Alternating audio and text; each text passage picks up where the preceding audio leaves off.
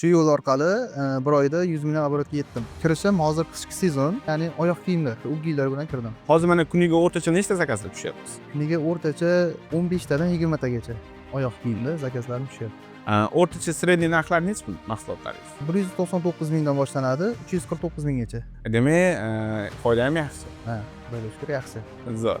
O'zini tayin ishi bo'lsa ham, qo'shimcha ish sifatida qilsa ham bo'lar ekan. Aslida olganda meni vaqtim qancha где-то bir 3-4 soat vaqtim ketishi mumkin. Kuniga o'rtacha. Kuniga. Uncha ko'p vaqt jalb qilmaydi. Faqat o'rganish kerak, o'qish kerak.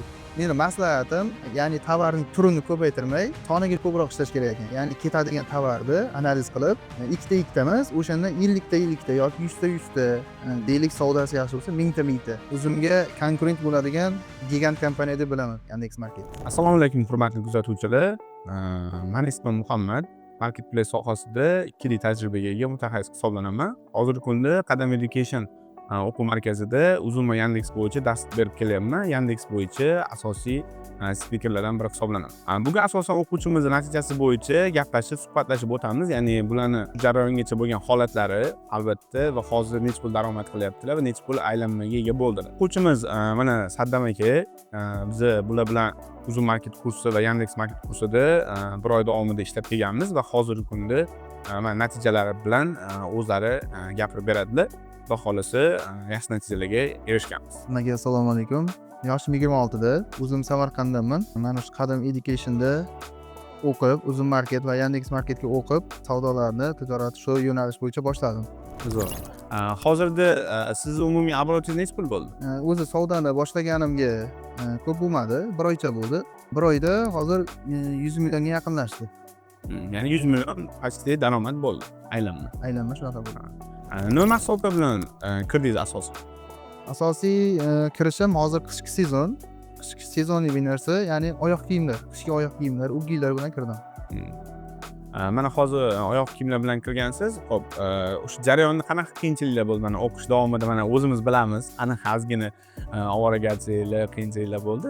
Lekin hozirda mana Xudoga shukr, savdolar yaxshi albatta. Qanaqa qiyinchiliklar bo'ldi? Nimaga aynan oyoq kiyim yo'nalishi bo'yicha savdoga kirdingiz? Oyoq kiyim yo'nalish bo'yicha kirganim sababi o'sha aytganimdek sezonviy narsa, qishki sezon bo'lgani uchun oyoq kiyim, qishki oyoq kiyimlar bilan kirdim. Qiyinchiliklari boshida tovar tanlolmay, qanaqadir Uzum Marketda nima ketar ekan degan tanlov bo'ldi. O'sha keyin oyoq kiyimlar mavzusiga to'xtaldim, oyoq kiyimlar bilan boshladim. Qiyinchilik faqat o'sha boshida ozgincha bo'ladi, tovar tanlashda. Ya'ni uning ham yo'llari bor, asosiy Dadata degan sayt bor. Hammasini shu yerda o'rgatadi, xudo xolasa. Albatta. Ya'ni har bitta ishni o'ziga yarasha boshida ozgina qiyinchiligi bo'ladi. Lekin albatta harakat qiladigan bo'lsanglar, hamma instrumentlarni ishlatgan holatda yaxshi natijalarga erishsa bo'ladi. Mana birinchi navbatda oyoq kiyimlar bilan boshladingiz. Asosan sizda FB sistemasi, eFootball sistemasi. Qaysi biri sizga qulay bo'ldi va siz boshlang'ich etapda o'sha FB sistemasi bilan ish olib bordingiz? Albatta FB ancha qulayroq ekan. FB sistemada ishlab ko'rdingiz. Ishlab ko'rdim, FBSda boshida. Minus tomoni, qiyinchiligi nima bo'ldi? Dastlab FBSda ishladim. O'sha qiyinchiligi, qiyinroq tarafi bizga anaqasi bo'ldi. FBSda vazvirat ko'p bo'lar ekan. Vazvirat bo'lganda ham vazviratni birdaniga shu zahoti bermaydi. Qanchadir muddat 10 kun. 10 kundan keyin topshiradi. Deylik, qishki sezonda oxirgi paytlarida oyoq kiyimda vazvirat bo'lgan bo'lsa, o'sha 10 kundan keyin qaytarsa qishki sezon chiqib ketishi mumkin. O'shaning uchun FBS sistemasi qiyinroq ekan, eng qulay FBO sistema yaxshi ekan. Albatta.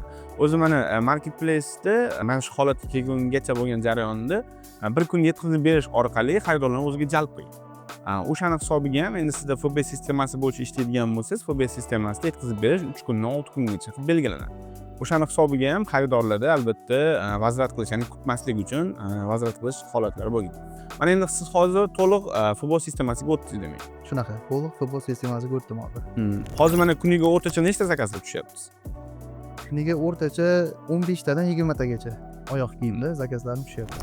O'rtacha sredniy narxlari nechi pul mahsulotlaringiz? 199 mingdan boshlanadi, 349 minggacha. Demak, foyda ham yaxshi. Ha, xudoga shukr yaxshi. Zo'r. Mana ko'pchilik Uzum Marketda savdo qilmoqchi bo'lganlar yoki savdo qilayotganlarda shunaqa tushuncha paydo bo'ladi. Ya'ni foyda kam, foyda qilib bo'lmaydi yoki bo'lmasa umuman arzon tovarlar ko'proq sotiladi degan tushunchalar bor. Ularga fikringiz qanaqa? Mana siz savdo qilayotgan sotuvchi sifatida. Savdo bo'ladi, hammani rizqi bor, xudo xohlasa. Savdo bo'ladi. Savdo bo'lmaydi degan, ya'ni bankrotga uchraydigan yoki uzumdan chiqib ketadiganlar unit iqtisodiyot degan narsa bor. O'sha narsani hisobini qilmay sotishadi. Ya'ni foyda zararini bilmay sotishadi. O'shaning uchun ko'p uzumni sotadiganlar o'sha fikrda. Ya'ni foydasi qancha qolyapti, ziyoni qancha bo'lyapti, uni hisobot qilmaydi. Aniq unit iqtisodiyotda chiqarish kerak-da u narsani. Ya'ni to'g'ri hisob-kitob qilish kerak edi. Hisob qilish kerak. Ya'ni mana uzumni savdo qiladiganlar yoki umuman Yandex Market savdo qiladiganlarda shunaqa narsa bor. Ya'ni misol uchun deylik 100 ming olgan mahsulotni 150 ming sotadigan bo'lsa 50 ming so'm foydam bor deb o'ylashadi. Lekin bu yerda albatta o'sha marketplace o'ziga yarasha komissiya foizlari bor, xarajatlar bor bu yerda. O'shani to'g'ri hisob-kitob qilgan holatda agar olib kiriladigan bo'lsa, yaxshigina foyda qilish mumkin. Xo'p, mana tovar tanlashda dedingiz, albatta yaqinda Xitoyga ham borib keldingiz. Shunaqa. Xitoyda taassurotlar qanaqa? Nima deysiz? Mana biz ham darslarimiz davomida o'quvchilarga Xitoydan zakaz qilishni o'rgatib o'tamiz. O'shani hisobiga o'quvchilarda ko'p savollar bo'ladi. Xitoyga borib kelish kerak, borib olib kelish kerak degan savollar bor. Bunga fikringiz qanaqa? Mana Xitoyga borib keldingiz, taassurotlar bilan bo'lishsangiz. Borib kelish bir tomondan yaxshi, bir tomondan yomon. Ya'ni borish deganda borganda xarajatlar bor. Ya'ni o'sha xarajatlarga yo'q, dunyo ko'raman, o'sha tijoratni ko'raman desa, borgan yaxshi, ancha afzal. Agar yo'q desa, o'sha narxda o'zimizdan zakaz qilib, o'zimizdan buyurtma berib ishlasa ham bo'lardi. O'zi dastlab Xitoydan emas, o'zimiz ichki bozordan olib savdo qilish kerak. Chunki Xitoydagi narxlar bilan o'zimizdagi narxlar deyarli bir xil. Ya'ni Urizordan yoki Abu Sahiydan olib kiradiganlar katta ob'yomda olib keladi. Ularga arzonroq berishadi.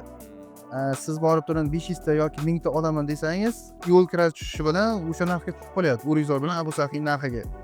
Dastlab eng birinchi avvalo o'zimizdan olib tijoratni boshlagan yaxshi, Uzumda yoki Yandexda. Albatta. Ya'ni bu yerda o'sha o'zimizdan boshlab turib, ya'ni qaysi tovar yaxshi sotiladigan bo'lsa yoki qaysi tovarga talab ko'proq bo'ladigan bo'lsa, albatta biz o'shani Uzum yoki Yandex Marketga olib kiradigan bo'lsak, yaxshi sotiladigan bo'lsa, keyin Xitoyga bemalol zakaz qilib olib keltirsak bo'ladi. Mana biz ham darslarimiz davomida asosan o'sha Pinduodo 1688 yoki Taobao saytlaridan zakaz qilish o'rgatib o'tamiz, tushuntirib. Albatta buni ham ko'rdik siz bilan.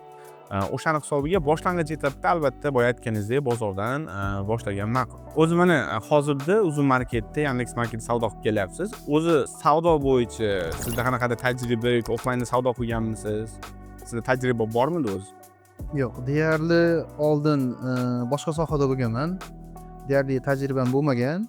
Bu Uzum Market, Yandex Marketga kirishimdan maqsad o'zi aslida zamonaviy, endi hamma onlayn savdoga o'tyapti.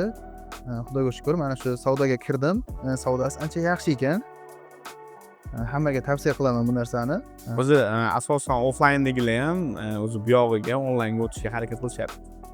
Shunaqa onlayn savdoga, ya'ni Uzum Market, Yandex Market, u bo'lmasa Instagram, Telegram orqali ham baribir onlayn savdo qilishyapti. Albatta. Offlaynda savdolar nisbatan ancha pastroq bo'lishyapti. Buni qulayliklaridan yana biri offlayndagi o'xshab ishchi olmaysiz yoki arenda to'lamaysiz. Buni qulayliklari shunda. Hech kimga arenda to'lamaysiz, ishchi olmaysiz. Faqat FBOga yoki FBSda ishlab daromadingizni ko'rib turasiz faqat. Albatta. Mana hozirda Yandexda Uzumni savdo qilyapsiz. Xo'p, o'rtacha kuniga qancha vaqtingiz ketadi o'sha shug'ullanishingizga? Buni aslida olganda Uzum Market yoki Yandex Marketda o'zini tayinli ishi bo'lsa ham, qo'shimcha ish sifatida qilsa ham bo'lar ekan. Aslida olganda meni vaqtim qancha ketadi? 3-4 soat vaqtim ketishi mumkin. Kuniga, o'rtacha. Kuniga. Uncha ko'p vaqt jalb qilmaydi. Faqat o'rganish kerak, o'qish kerak. Bu yerda ya'ni o'sha boshqa ishda ishlaydigan yoki davlat ishida ishlaydigan o'quvchilarimizga yoki umuman odamlarga ham bemalol bu narsa qulayligi va o'sha ishidan tashqari holatda ham o'sha 3-4 soat vaqt ajratgan holatda bemalol faoliyat yuritishi mumkin. Shunday, shunaqa. O'quvchilarimiz mana Uzumni biladigan odamlar ham ko'p ko'rib turgandir. Aytmoqchimanki, oyoq kiyim kategoriyasi bo'yicha oyoq kiyim bilan savdo qilaman dedingiz. konkurentlar ko'p yoki umuman bozor narxi bilan bir xil deb aytishadi, ya'ni foyda kamroq deb aytishadi. Nima tomonlaringiz bilan siz konkurentlardan ajralib tura oldingiz? Nima deb o'ylaysiz? Bu savdoda konkurentlardan ajralib turish o'sha asosan Zoom market yoki Yandex market yoki onlayn savdoda rasm bilan, infografika bilan yaxshi odamlarni jalb qilish mumkin. Ya'ni savdo ham o'sha rasmga qarab bo'ladi asosan.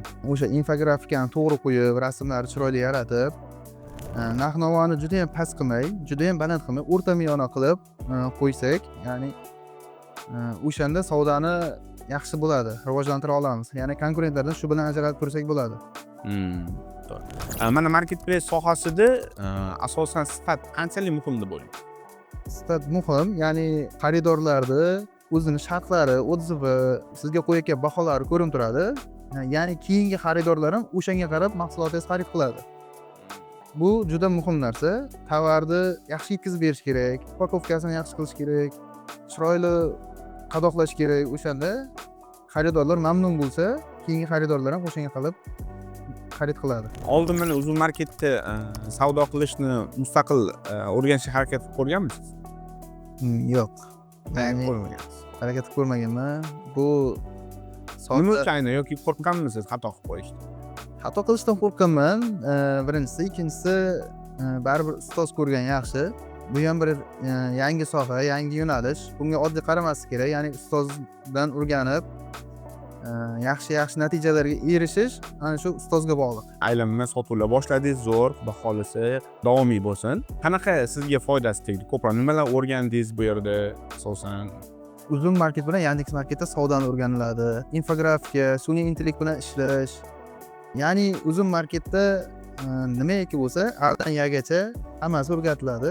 Ya'ni hammasini o'rgandim. Zo'r. Va hozirda amaliyotda qo'llab kelyapsiz. Hozirda amaliyotda qo'llab, bir oylik daromadim, aylanmam 100 million atrofida bo'lib qoldi. Yaxshi savdolar ham. Zo'r. Mana shu natijalarga erishishimdan asosiy anaqa sababchi shu ustoz ko'rganim deb o'ylayman. Zo'r gaplar. Boshiga qaraydigan bo'lsak, asosan sezonniy tovarlar bilan kirgansiz. Ko'pchilik mana sezonniy tovar bilan kirish noto'g'ri deb aytishadi. Nima hisobdan sezonniy tovarlar bilan kirdingiz? Ya'ni sezonniy tovarlar bilan kirsak, riskimiz aytganimizdek, boyagida riskimiz ancha kamayadi. Ya'ni bayramlarda yoki qishki sezonda yoki deylik yozgi sezonda xaridlar bo'lishi ancha yaxshiroq bo'ladi. Savdo yaxshiroq bo'ladi. Ya'ni buni ham ko'rkorona risk qilmash kerak. Albatta ustozlar o'rgatadi mana shuni. Saytlar bor, Data bor, Zoom Selling bor. O'shalarda analiz qilinadi tovarlar. Ya'ni bu analiz nima uchun?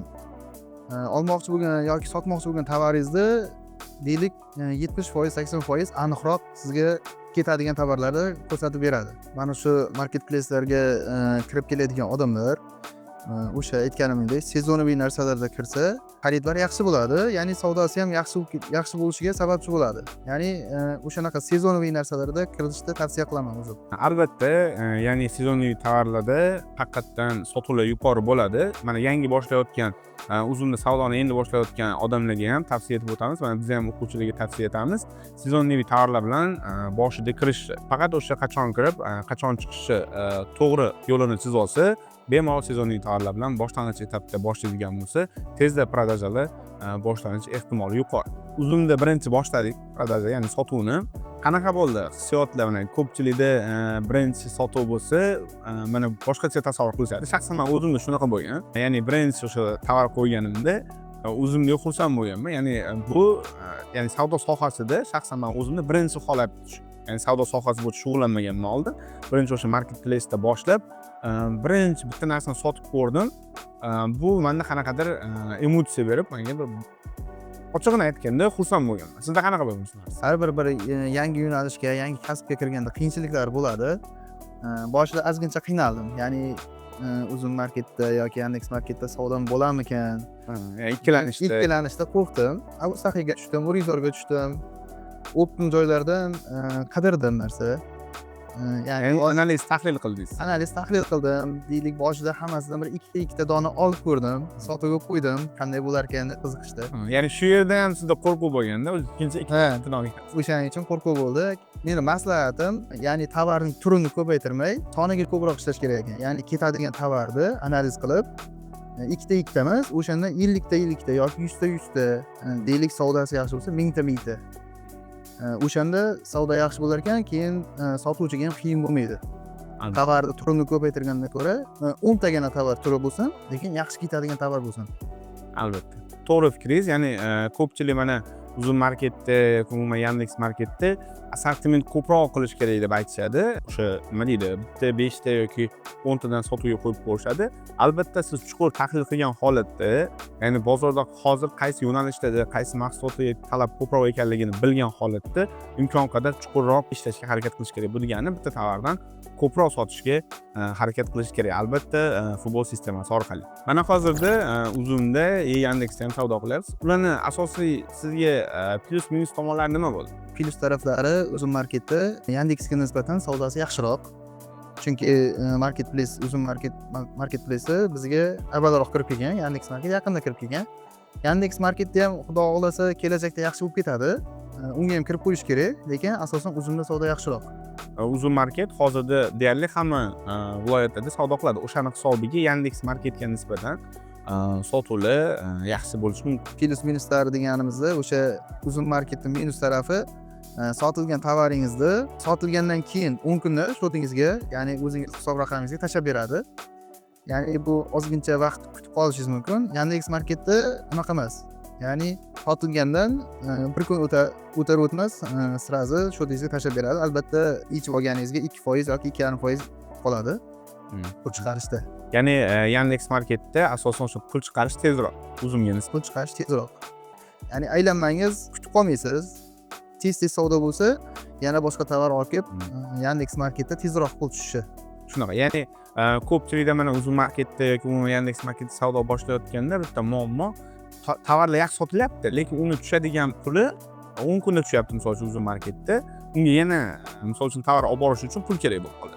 O'shanda buni uzun minus tomon 10 kunda, lekin Yandex marketga qaraydigan bo'lsak, Yandex marketda bizga bir kundan keyin albatta hisob raqamimizga pulni tashlab beradi. Bu orqali biz o'sha sotilgan mahsulotimizni o'rnini yana to'ldirishga imkon bo'ladi albatta. Bu ham o'sha Yandex marketning ustun tomonlaridan bittasi. Mana marketplace'da asosan savdolarni oshirib beradigan narsa bu albatta odzivlar hisoblanadi. Ya'ni sizni tovaringiz haqidagi xaridorlarning fikri. Siz bular bilan qanaqa ishlayapsiz? Ya'ni to'g'ri, misol orada qanaqadir negativ odzivlar bo'lishi mumkin yoki yomon odzivlar kelib tushishi mumkin, chunki 5 barmog'imiz baravar emas. Albatta, siz bular bilan qanaqa ishlayapsiz? Ya'ni shunaqa odzivlar bo'ldimi o'zi sizda? Bo'ladi. Asosan odzivlar bilan ishlashda yoki xaridorlar bilan ishlashda asosan o'zi tovaringizni sifatli tovar olishingiz kerak. Ya'ni arzon ekan deb turib, hamma tovarni olib kelib sotuverish yaxshi emas. Odzivlar tushib ketib, savdoni pasayishga olib keladi bu. Sifatli tovar olib kelish kerak. Ya'ni xaridorlarni qiziqtirish uchun yoniga nimadir qo'shib berish kerak. Arzimagan bo'lsa ham, deylik, naskimi yoki shunga o'xshash. AirPods sotsangiz, sirxodami, o'shanga o'xshash narsalar qo'shib bersa yoki qanaqadir ichiga qog'ozchalar solib, odamlar qiziqtirib, o'sha odzivni, ya'ni bahosini 5 qo'yishga majburlaganday qilib ko'rsatish kerak. Albatta, ya'ni aytmoqchisizki, taklif berish kerak mahsulot, ya'ni konkurentdan ajratib turish. Shunaqa. Albatta, bu ham bizani savdolarni oshirishda katta yordam beradi. Ya'ni o'sha baholar, reytinglar sizni mahsulotingizni top darajada sotishingizga katta yordam berib o'tadi. Mana shu oyoq kiyimlarni, qishki oyoq kiyimlarni, uggilarni sotuvini boshlagan vaqtim, men ham odamlarni 5 baho qo'yishiga, odzivini yaxshi baho qo'yishi uchun flyerlar qo'shib berganman ichiga yoki oyoq kiyimga taalluqli o'sha naskilar qo'shib berganman. Bu ham bir savdoni yaxshilanishiga ancha yordam berar ekan. Ya'ni o'sha odzivlar olishga-da, to'g'ri? Ha, odziv olishga ancha yordam beradi. Ya'ni keyinchalik odzivingiz yaxshi bo'lsa, kartochkangiz topga chiqishni boshlasa, bu narsani har doim qilish shart emas. Ya'ni boshida kartochkangiz, tovaringiz topga chiqishi uchun albatta odziv bilan, baho bilan ishlash kerak xaridorlar bilan. Dastlab Uzunga kirganimda o'zimiz ichki bozorlardan xarid qildim. Ya'ni o'sha oyoq kiyimlar bilan kirdim deyapman. Oyoq kiyimlarda o'zimizda Abu Sahidan optimga olib savdoni boshladim. O'sha orada Xitoyga chiqdim. Ya'ni bu sezoniy narsani bu yerda boshladim. Xitoyga chiqishimdan maqsad sezon tanlamaydigan 12 oyda ham sotiladigan tovarlarga qiziqish bo'lib, o'shaning uchun chiqdim aslida olganda. U ham aytganimdek, plus minuslari bor. Uni ham pluslari o'sha shahar ko'rasiz, Xitoyda ko'rasiz, yuklarni ko'rasiz, oborotingiz katta bo'lsa, o'zingizni brendingizni ham urib beradi Xitoy. Albatta. Mana brend deganda, uzr gapingizni bo'ldim. Ko'pchilik brend deganda qanaqadir nomni o'zini tushunadi yoki bo'lmasa umuman brend haqida ko'pchilik bilmaydi yoki qiziqishmayapti. Lekin albatta marketplace sohasida imkon qadar brend yaratishga harakat qilish kerak. Ya'ni o'zingizni o'sha ishlab chiqarayotgan oyoq kiyimingiz yoki bo'lmasa umuman boshqa mahsulotlarga o'zingizni brendingizni bemalol bostirib olishingiz mumkin bo'ladi. Faqat brend deganda qanaqadir logotip emas, albatta qanaqadir ustun tomoni bo'ladigan bo'lsa, siz marketplace'da o'zingizni o'rningizni egallab va davomiy tarzda sotish imkoniyatiga ega bo'lasiz. Mana Xitoyda bordingiz, mana Xitoydagi asosan tovarlar narxlari qanaqa aytib o'tdingiz yana boya. Ya'ni ba'zi bir tovarlarda qimmat narxlar bir xil bo'lyapti bu yerdagi bilan deyapsiz. O'zingiz ham albatta Xitoyda mana borganingizdan keyin mahsulotni zakaz qildingizmi, nima qildingiz? Ya'ni olib keltirish arafasidamisiz O'zbekiston? Zakaz qildim. O'sha aytganimdek, tovarni assortimentini, turini ko'paytirmasdan 5-6 xil narsa zakaz qildim, oldim. Nechadan oldingiz? 1000 ta, 2000 ta, 3000 ta o'shanaqa zakaz qildim. Bularni logistika xizmatlariga topshirdik. Ularni ham kelish vaqti bor. Promoy zavodlar bilan ishlayapmiz. Logistikalar kamida 15 kundan 20 kun oralig'ida olib beradi. Agar logistikani kargodan foydalanadigan bo'lsak, narxlar unaqa qimmat bo'lib ketmasmi? Yo'q, o'sha aytganimdek, turini ko'paytirmay, ob'yomga 1000 ta, 2000 talab ko'proq olsak, o'shani narxi arzonlashar ekan. Ya'ni sizga kubga hisoblab olib kelib beryapti. Shunaqa. Mana Xitoyda mahsulotlar zakaz qildim dedingiz. Asosan agar sir bo'lmasa, qanaqa mahsulotlar zakaz qildingiz va bu yoqda qanaqa mahsulotlar endi davom ettirmoqsiz? Mana endi oyoq kiyimlar bilan kirgansiz, asosan qishki oyoq kiyimlar bilan. Endi bu yog'iga o'sha nesezonniy tovarlarmi yoki umuman qanaqa turdagi tovarlar bilan davom ettirmoqchisiz? Turimni asosiy qismini deylik, qanchadir qismini baribir sezonaviy narsalarga ajrataman. Chunki sezonaviy narsalarda savdo yaxshi bo'lar ekan. Bu sezon tanlamaydigan narsalardan zakaz qildim hozir. Deylik, naushnik, AirPods yoki qo'l soati, o'shanaqa narsalardan sezon tanlamaydigan narsalardan zakaz qilganman.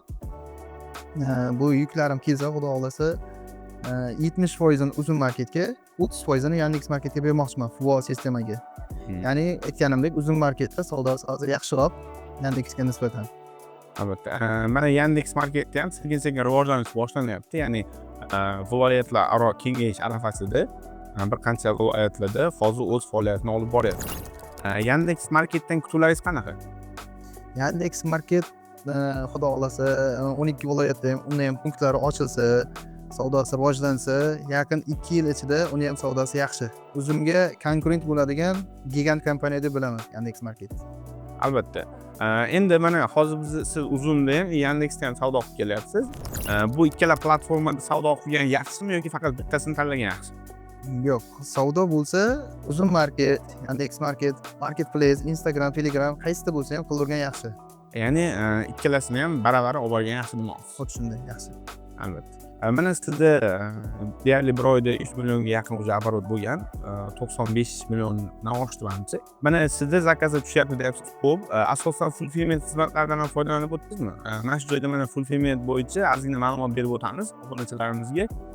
Fulfillment xizmati, ya'ni bu yerda biz o'zimiz mahsulotni, ya'ni bozordan olamizmi yoki Xitoydan olib keltiramizmi, fulfillment markazlariga beradigan bo'lsak, Uzum yoki Yandex marketning standartlariga mos holatda upakovka va ishtirik kodlar yopishtirilgan holatda skladlarga yetkazib beradi. Ya'ni o'sha Uzum va Yandex skladiga yetkazib beradi.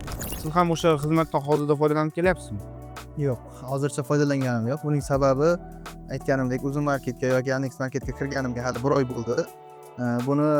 Bu jarayonlarda o'zimni boshimdan o'tkazib, o'zim o'rganib, keyin xudo xolasa mana shu fulfillment xizmatidan foydalanish niyatim bor. Bu fulfillment xizmati ishimizni ancha tejaydi, vaqtimizni tejaydi.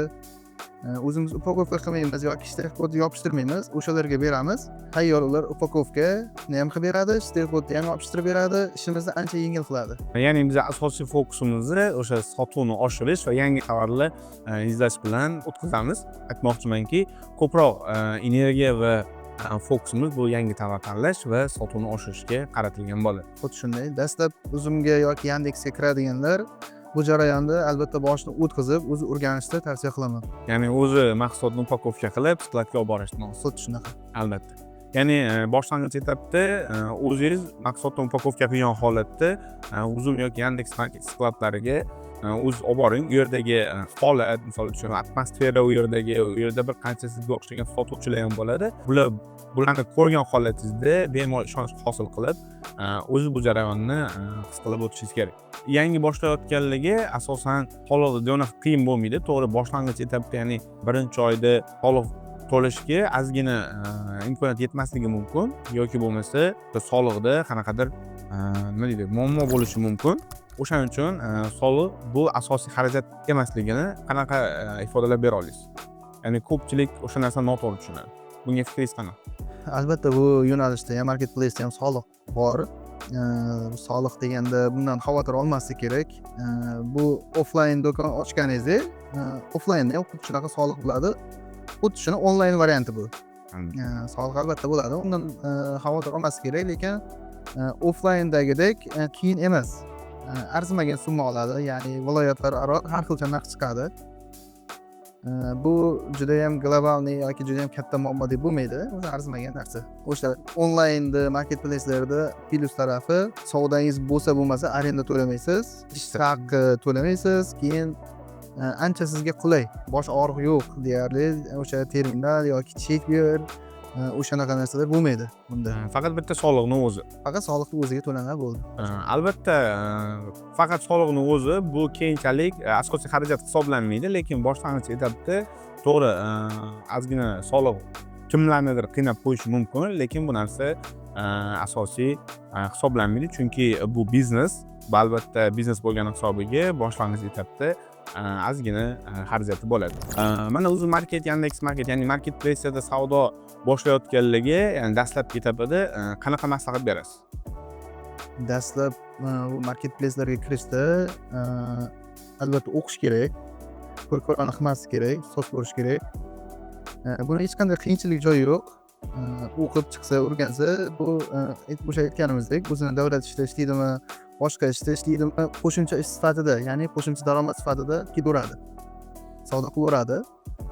Buni tavsiya qilaman, o'qish kerak, kirish kerak Uzum Marketga. Baribir kelajak mana shu onlayn savdoda yoki marketplace'larda. Albatta, gapingiz to'g'ri. Kelajak bu marketplace'da, ya'ni onlayn savdoda. Albatta, sizlarga ham Qadam Education'da o'qiganimdan men mamnunman juda ham. O'sha menga yo'nalish ko'rsatishdi, mana shu sohaga kirishimda katta yordam berishdi. Buni sizlarga ham tavsiya qilaman. Uzum Marketda yoki Yandex.Marketda, umuman marketplace'larda hamma sir asrorlarini o'rgatadi.